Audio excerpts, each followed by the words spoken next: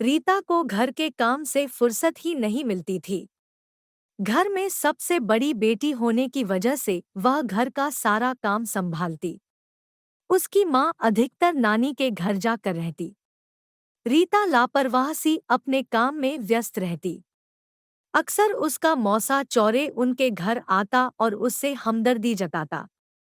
चौरे सरकारी विभाग में इंजीनियर था और उसके पास अनाप-शनाप काफी पैसा था। वह इश्कबाज था और लड़कियों पर अक्सर दिल खोलकर पैसा उड़ाता था। रीता के लिए भी वह कभी साड़ी तो कभी मेकअप का सामान ला कर देता रहता।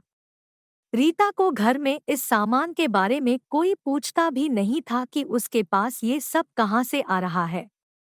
उसके पिता पैतृक संपत्ति के हिस्से की बाट जोह रहे थे। छोटी बेटियों पर वे ध्यान देते, लेकिन घर की बड़ी लड़की रीता जैसे घर की काम वाली ही मानी जाती। उसे सिर्फ काम करने के लिए कहा जाता। छोटी बहनें इधर-उधर मटरगश्ती करती रहती, पर रीता घर के कामों में ही उलझी रहती। माँ को तो अपने मायके से ही लगाव था, इसलिए वे तो अधिकतर मायके में ही रहती। रीता ही घर चला रही थी। मौसा चौरे के लिए यह सुनहरा मौका था।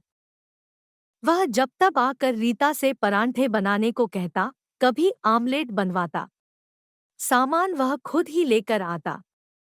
अक्सर वह रीता के आसपास ही मंडराता रहता। धीरे धीरे उसने रीता को कभी कभार अपने फ्लैट पर बुलाना भी शुरू कर दिया। अक्सर जब रीता की मौसी कहीं बाहर गई होती, तो वह रीता को अपने फ्लैट पर बुला लेता और उसके साथ मौज मस्ती करता।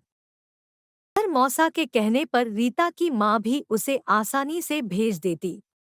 वे यह भी नहीं सोचती कि उसकी बेटी अपनी ही मौसी का घर उजाड़ रही है। बस इसी तरह रीता अपनी मौसी की सौत बनकर अपने मौसा के साथ अपनी उभरती जवानी की आग बुझाती। मौसा अपनी हवस पूरी करता और रीता अपने भीतर की आग को मौसा के आगोश में आकर शांत करती। अंत में हुआ यह कि रीता को दिन चढ़ गए। यह देखकर रीता की माँ के होश उड़ गए। रीता के पिता तो गांव आने जाने में ही लगे रहते थे। रीता की माँ ने उसके मौसा चौरे को खूब खरी खोटी सुनाई। इसके एवज में उसने रीता के मौसा से मोटी रकम ऐंठ ली। अब रीता के कुमारेपन के गर्भ के लिए इधर-उधर डॉक्टर की खोज हुई। उल्टी होती तो छोटी बहनें पूछती, इसे उबकाई क्यों आ रही है। आखिर रीता की माँ ने अपनी भाभी के साथ जाकर शहर की सैंडीमन नर्स की शरण ली। उसे मुहमांगी रकम दी। सैंडीमन इस काम के लिए शहर में जानी जाती थी। किसी भी कुनारी लड़की का अनचाहा गर्भ यदि गिराना होता तो यही एकमात्र नर्स थी, जिसके पास सुरक्षित गर्भपात किया जाता था।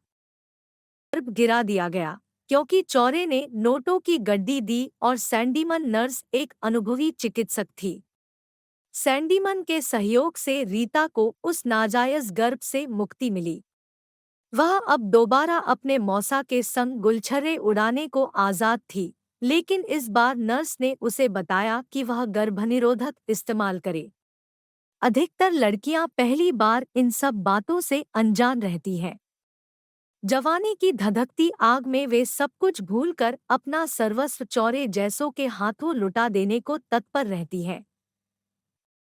Thank for watching.